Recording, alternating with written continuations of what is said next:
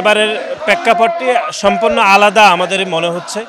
কারণ গত 15.5 বছর ধরে যারা বাংলাদেশের প্যাসিবাদ কায়েম করেছিল, এক শ্রেণীর বুদ্ধিজীবী সে প্যাসিবাদকে কিন্তু লালন করেছিল।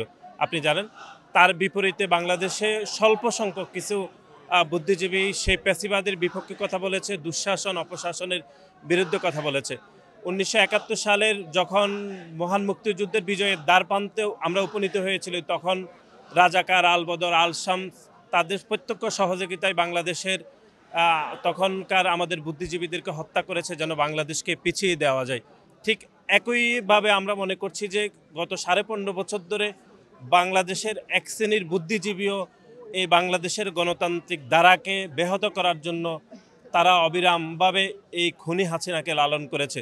আজকের এই বুদ্ধিজীবী দিবসে আমরা যারা মহান মুক্তিযুদ্ধে শহীদ হয়েছেন তাদের প্রতি আমরা গভীর শ্রদ্ধা জানাচ্ছি, এবং একই সাথে যারা গত 15.5 বছর ধরে বাংলাদেশের গণতান্ত্রিক ব্যবস্থা, একই সাথে জুলাই এবং আগস্টের গণ অভ্যুত্থান সমর্থনকারী বুদ্ধিজীবীদেরকেও আমরা গভীরভাবে শ্রদ্ধা জানাচ্ছি।